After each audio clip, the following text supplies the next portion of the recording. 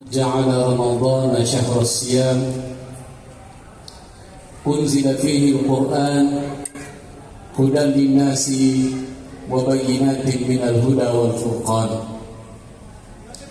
أشهد أن لا إله إلا الله وأشهد أن محمدا عبده ورسوله اللهم صل وسلم على حبيبنا وشفيعنا ومولانا محمد وعلى آله وأصحابه الطيبين الطاهرين أما بعد.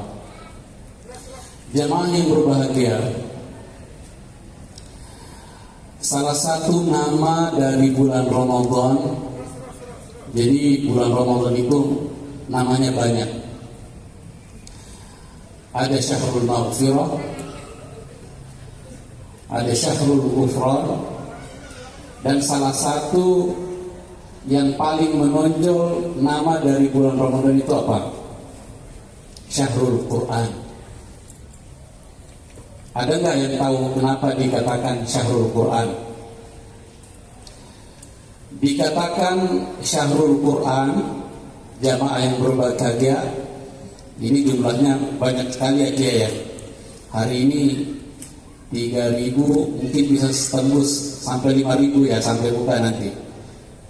Tentunya kita juga mengucapkan terima kasih kepada sponsor kita hari ini, yaitu PT Paragon ya, yang memberikan infaknya, ya, menyisihkan rezekinya untuk buka puasa bersama di Istiqlal.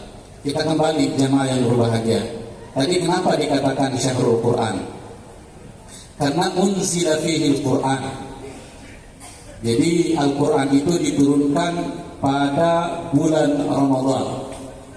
Ada yang mengatakan pada malam ke-17 Ramadan, ada yang mengatakan pada malam ke-27 Ramadan. Ini macam-macam. Ada berbagai macam pendapat ulama kita tentang nuzul Quran. Akan tetapi semua ulama sepakat, tidak ada satupun ulama yang mengingkari bahwa pada bulan Ramadan diturunkan Al-Quran. Oleh karena itu jemaah yang berbahagia, kita tahu bahwa betapa besar fadilah, betapa besar keutamaan membaca Al-Quran di bulan Ramadan. Jadi satu huruf yang kita baca pada bulan Ramadan itu Allah lipat gandakan. Satu huruf setara dengan 10 pahala dari Allah Subhanahu wa Ta'ala. Oleh karena itu, jemaah yang berbahagia, mari kita isi bulan Ramadan ini, waktu-waktu luang kita, apalagi kita banyak libur nih. Hari pertama libur, hari kedua cuti bersama, kemarin masuk, hari ini libur lagi, besok libur lagi. Itu udah berapa hari itu? Jemaah sekalian, udah 4 hari. Harusnya 4 hari itu udah khotam, udah ada yang khotam di sini. Jemaah yang berbahagia, khotam juz 1 apa 30 juz, gitu kan? Atau juz 30. Mudah-mudahan sudah ada yang khotam 30 juz.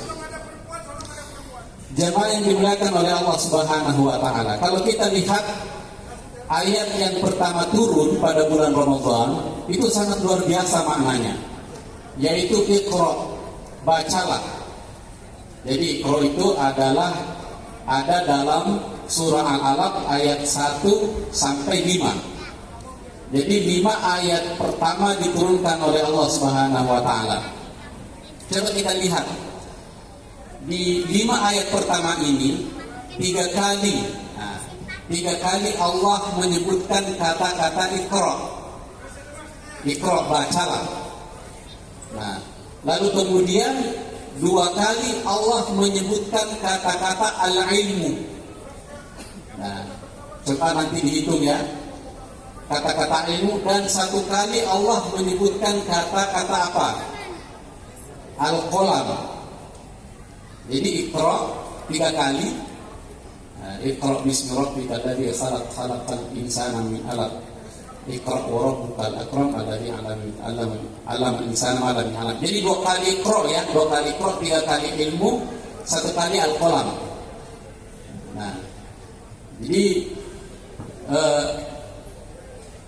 ini menunjukkan bahwa, nah, kenapa kok Al-Quran itu yang pertama, ayat pertamanya bukan perintah sholat.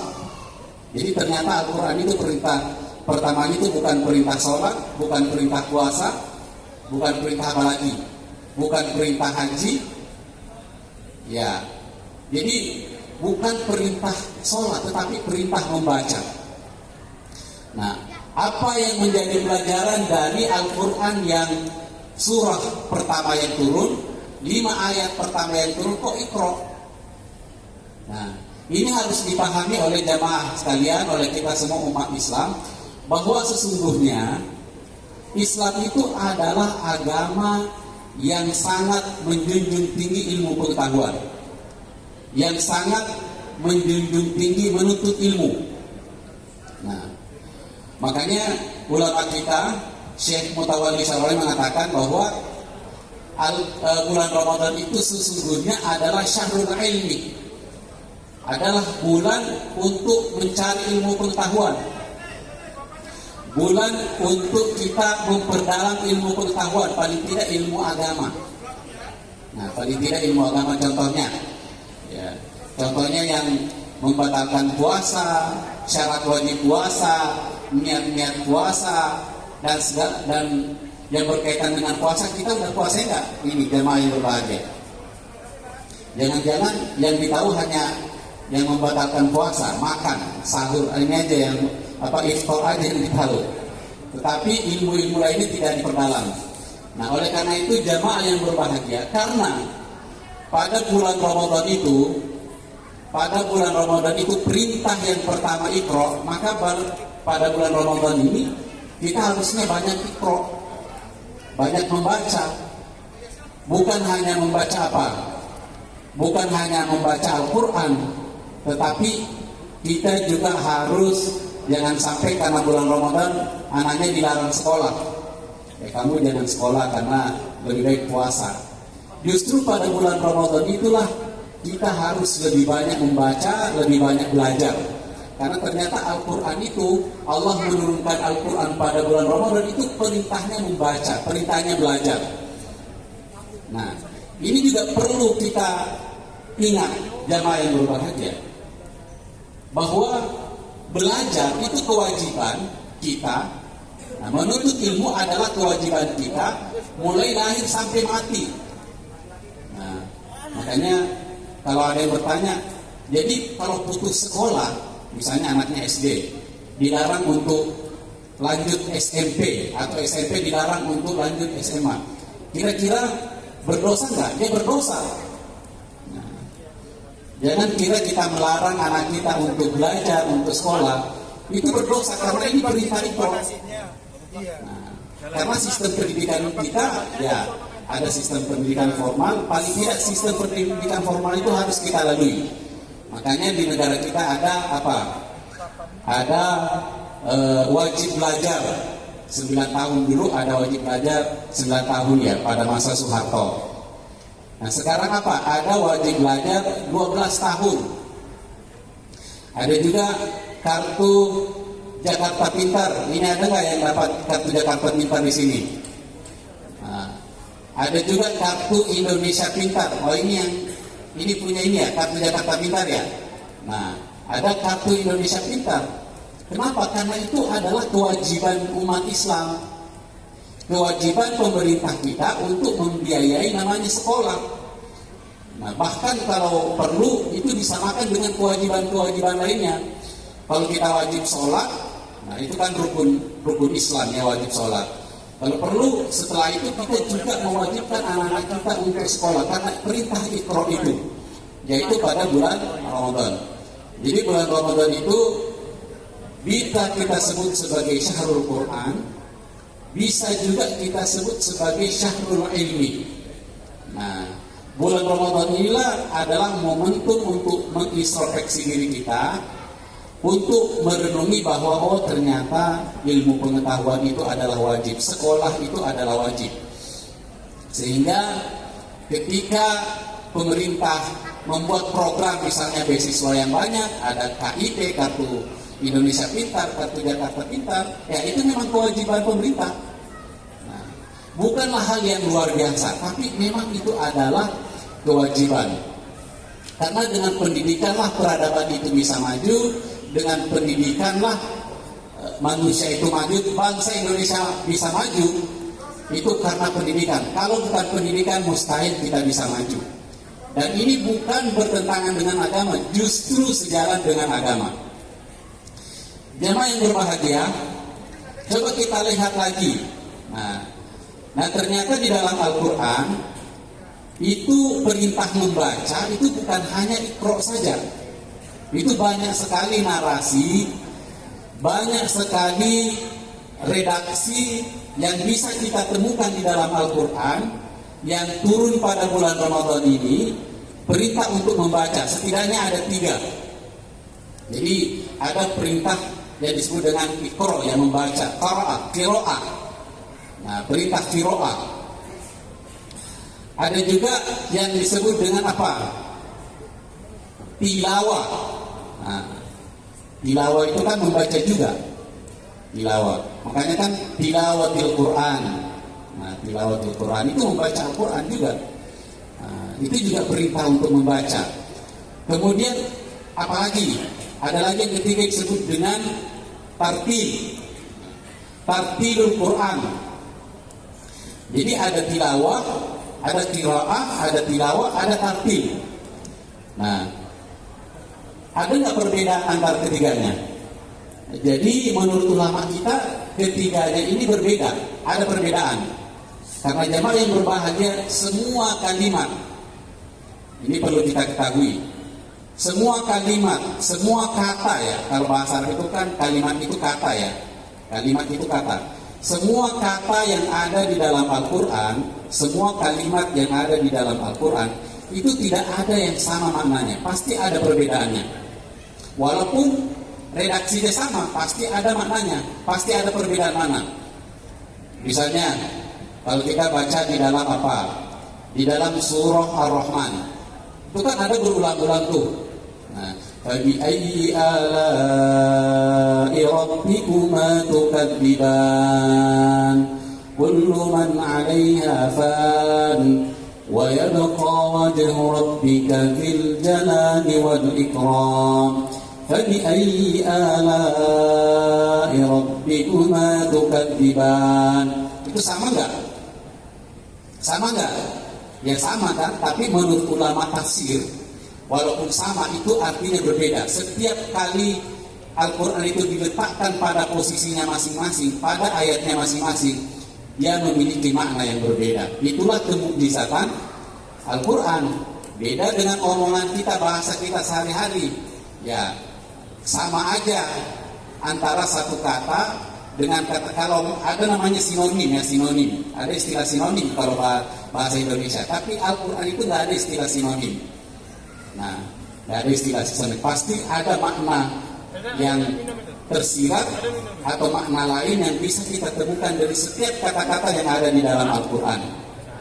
Nah, makanya walaupun berulang-ulang, tetap kita resapi, tetap kita yakini bahwa itu memiliki makna yang berbeda. Kita lihat lagi. Ada perintah qiraah.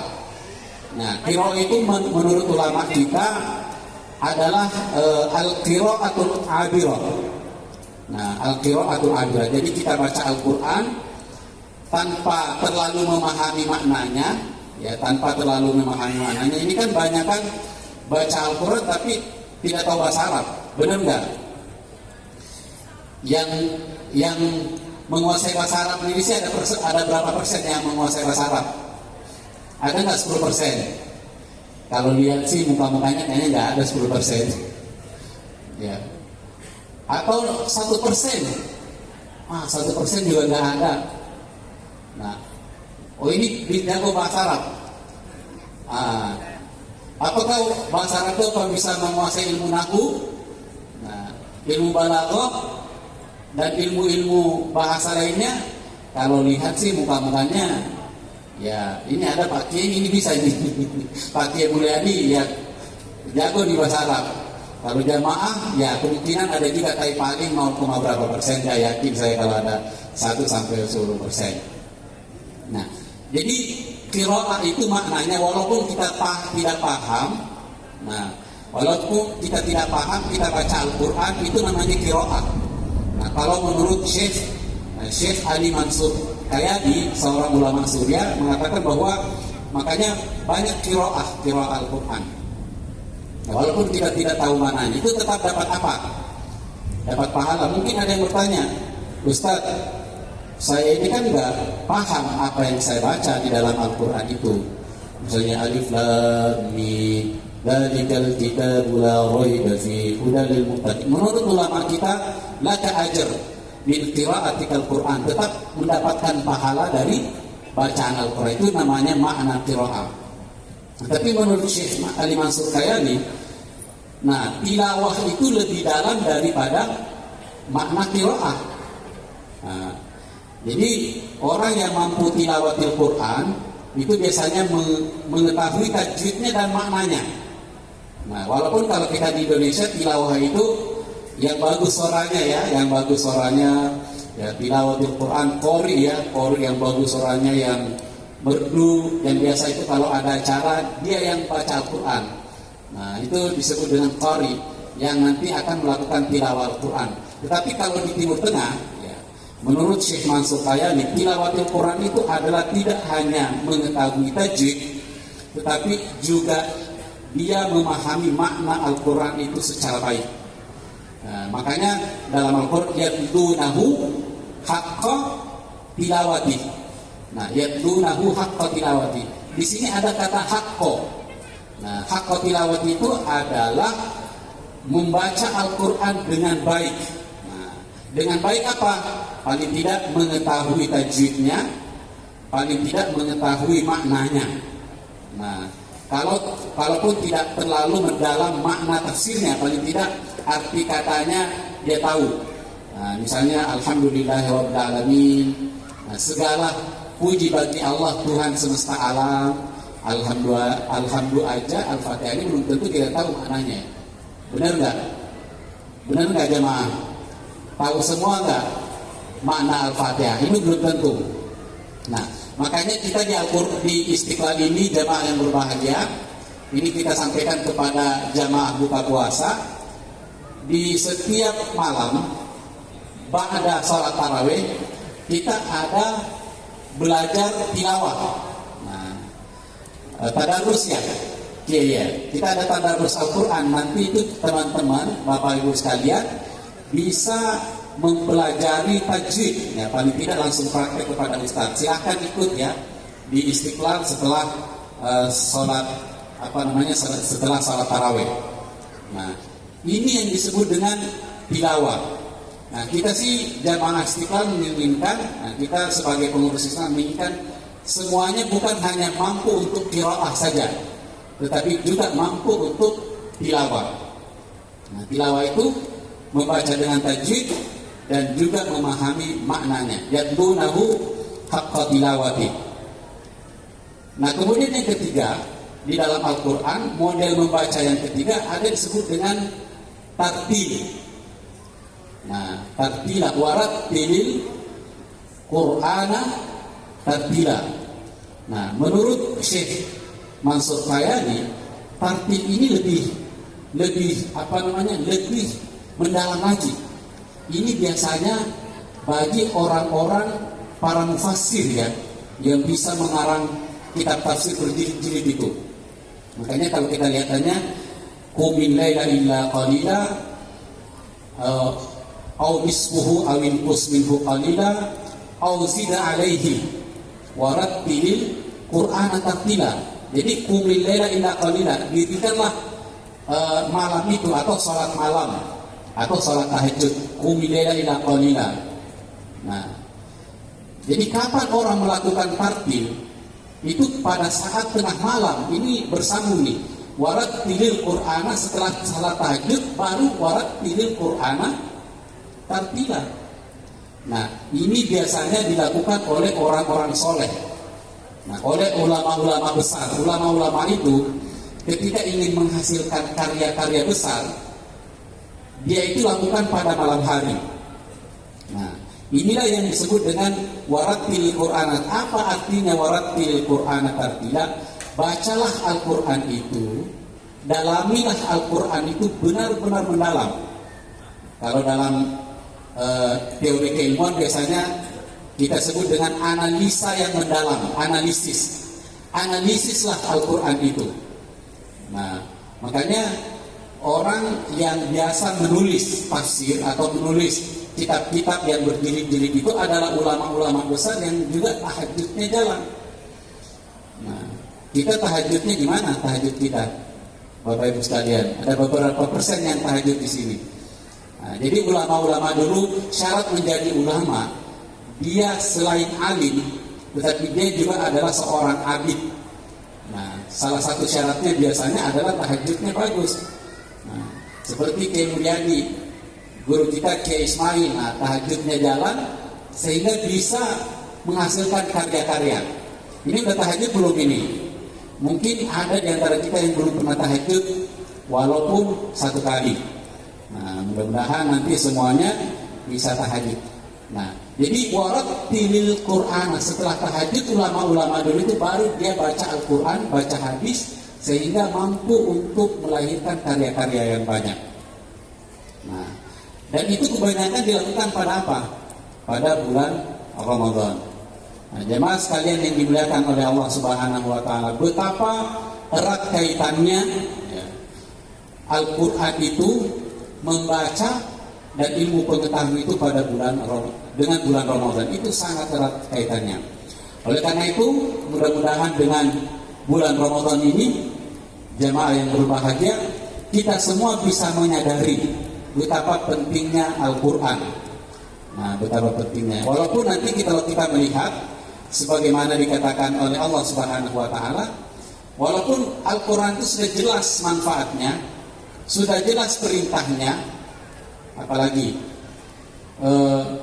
sudah jelas keagungannya ya. Tadi kita sudah bahas itu, tapi tidak semua orang mau mengikuti Al-Qur'an. Benar nggak semua sudah mengikuti Al-Qur'an di sini? Ya, mungkin ada sebagian yang sudah mengikuti atau hanya mengikuti sebagiannya. Makanya dikatakan oleh Allah Subhanahu wa taala, "Tsumma awratnal kitabal ladzina astafaina min ibadina." Nah, jadi kemudian kami wariskan Al-Qur'an itu alladzina astafaina min ibadina, kepada hamba-hambaku istafa, yang kami sucikan, yang saya sucikan. Nah, istafa itu mensucikan. Jadi orang yang mengikuti Al-Quran itu adalah hamba yang disucikan oleh Allah Subhanahu wa taala. Jadi kalau kami mengikuti Al-Quran berarti tidak suci, tidak disucikan oleh Allah. Mau nggak kita menjadi orang-orang yang suci? Nah, kita mengikuti Al-Quran. Kata Allah Subhanahu wa taala, "Faminhum zalimun li nafsi." Nah, faminhum zalimun li nafsi wa minhum muqtasid. Jadi orang yang berinteraksi dengan Al-Quran, orang yang mendapatkan Al-Quran walaupun sudah diceramahi berkali-kali tentang Al-Quran, faminhum zalimun li nafsi, ada yang zalim kepada dirinya sendiri. Nah, apa yang disebut dengan zalimun li nafsi? Zalim li nafsi ini adalah termasuk dosa yang besar ya, menurut ulama kita. Zalimul li nafsi itu adalah zalim kepada dirinya sendiri.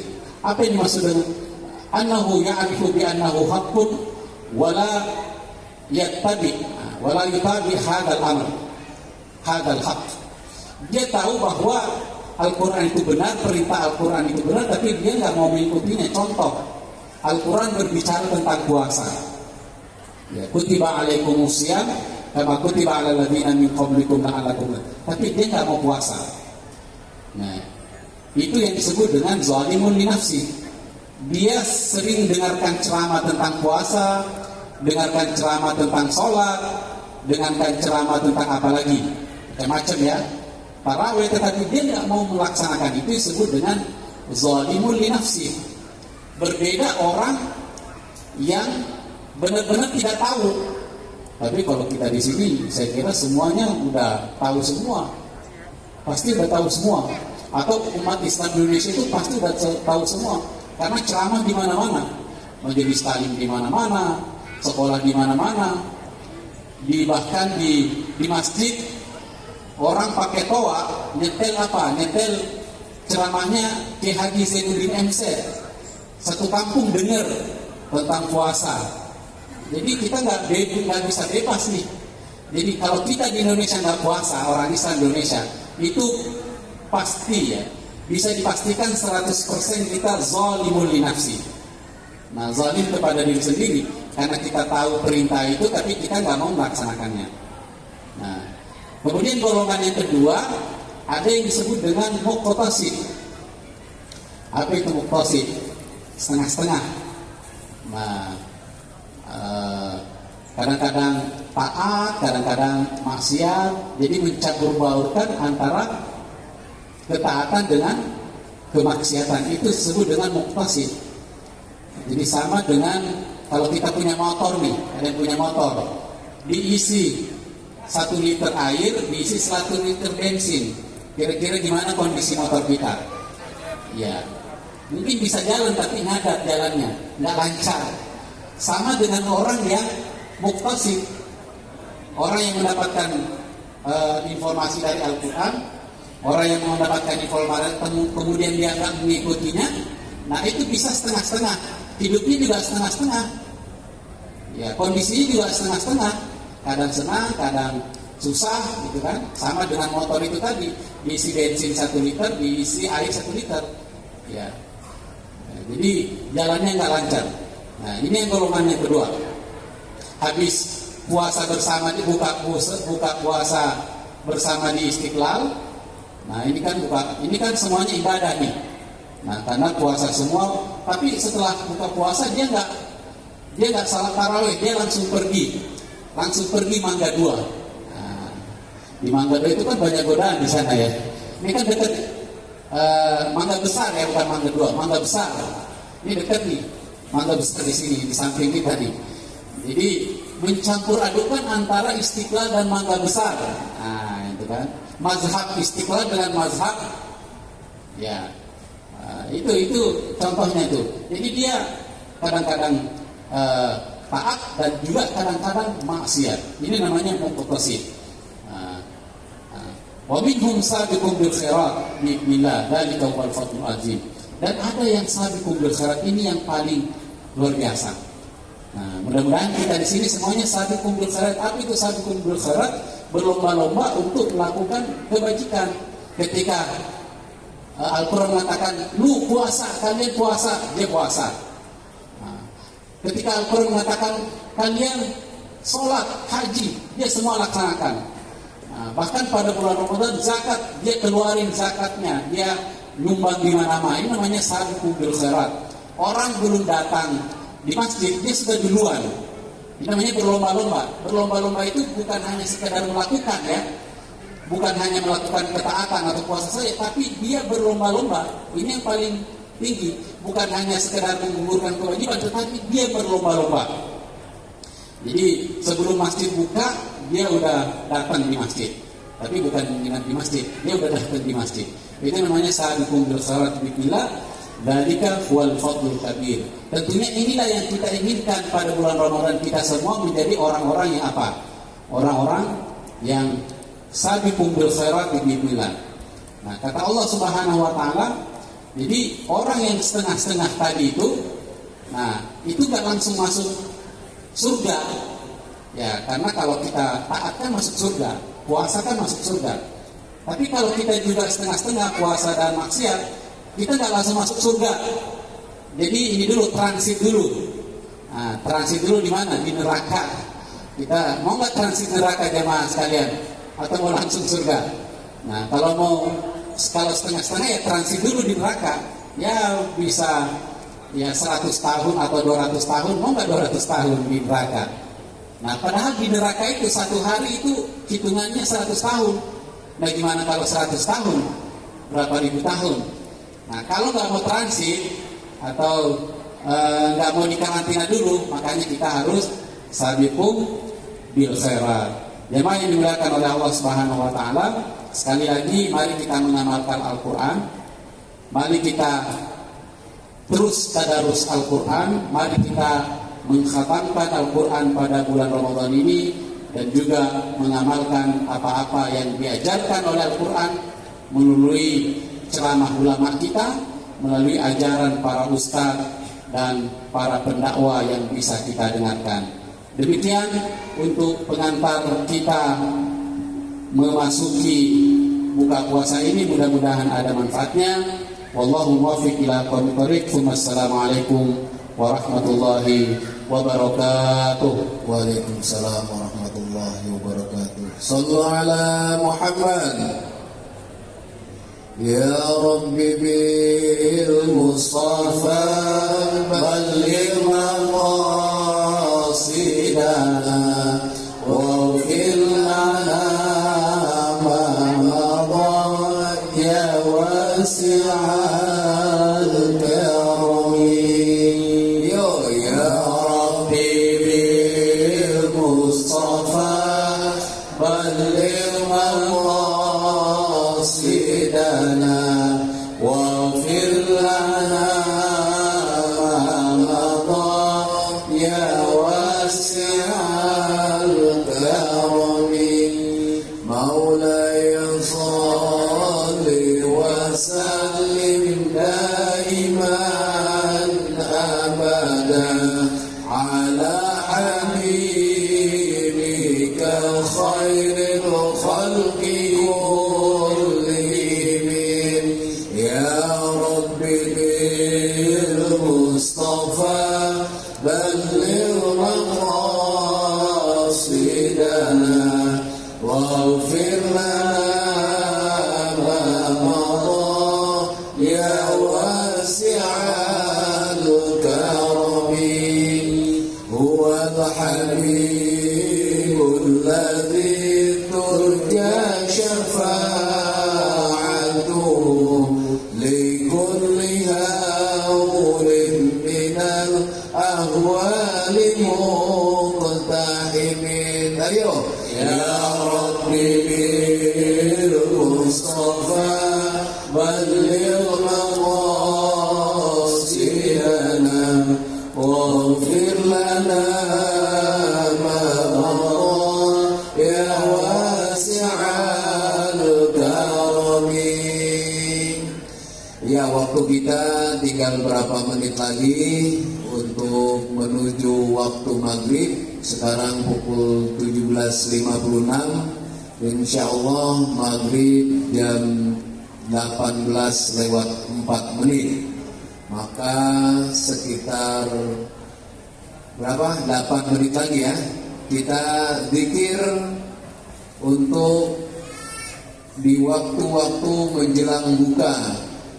Bersama-sama Bapak Ibu kita berzikir, asyhadu an la ilaha illallah, astaghfirullah, as'aluka jannata wa na'udzuka minan nar. Asyhadu an la ilaha illallah wa astaghfirullah, as'aluka ridhaka wal jannah wa na'udzubika minan sakhatika wan nar. Asyhadu an la ilaha illallah wa astaghfirullah, nas'aluka ridhaka wal jannah wa na'udzubika min sakhatika wan nar. Allahumma innaka 'afuwwun karim tuhibbul 'afwa fa'fu 'anna ya karim. Kita ulangi lagi. Asyhadu an la ilaha illallah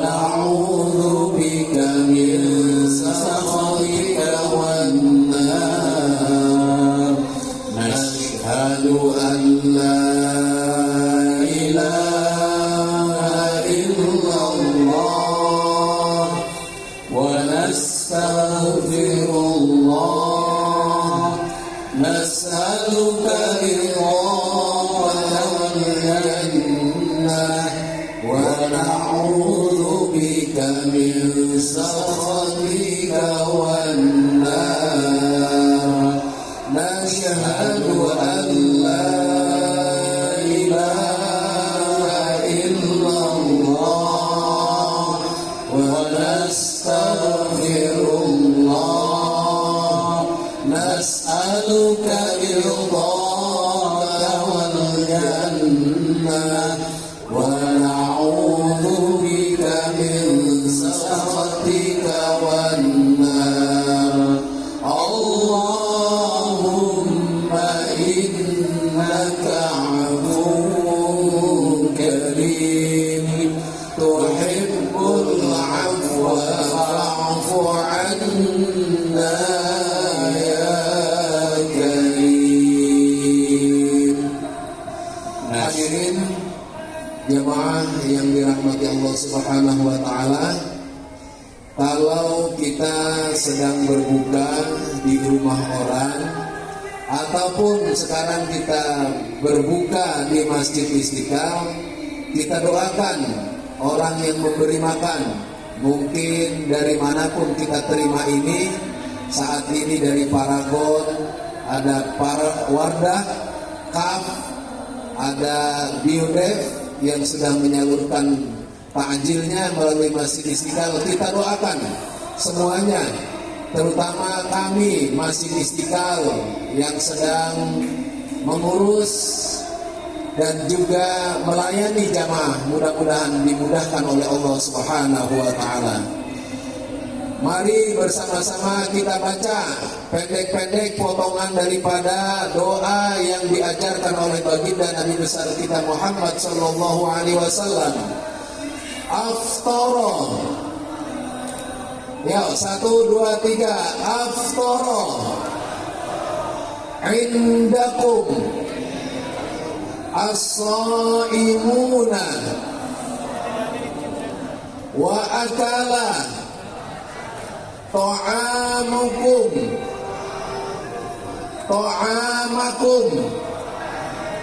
al-abrara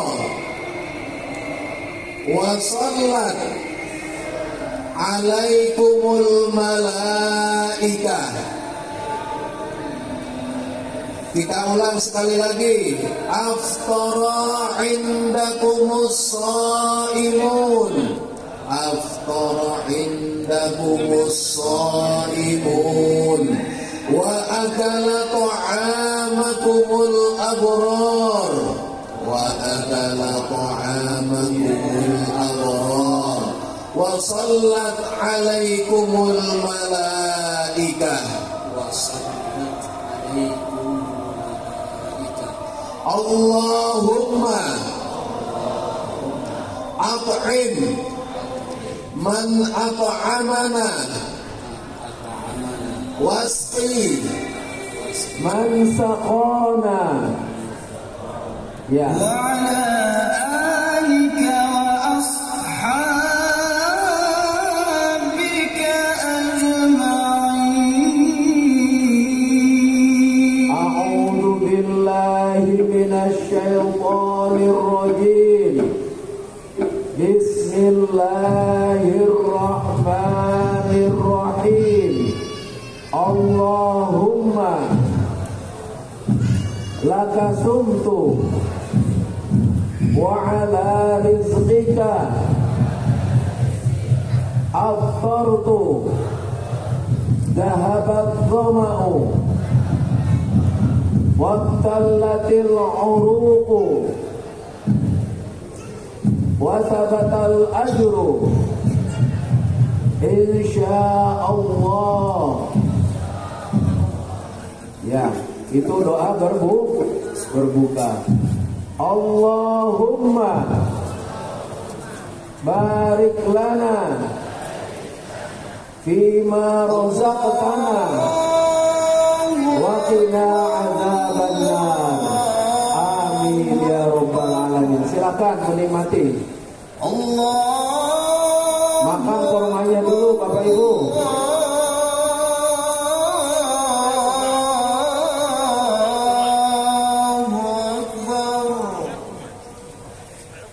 أشهد أن لا إله إلا الله.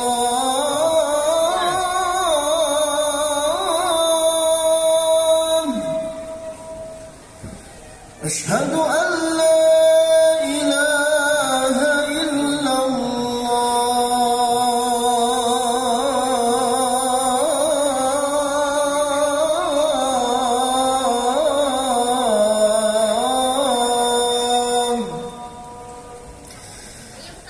أشهد أن محمدا رسول الله.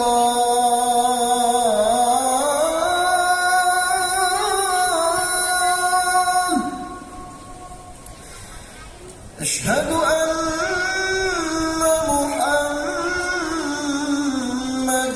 رسول الله.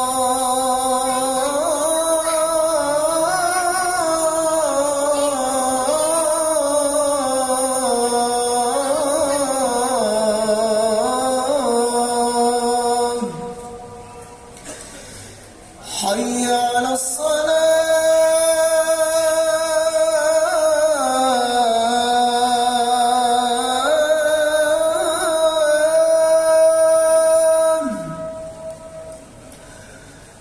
حي على الصلاة.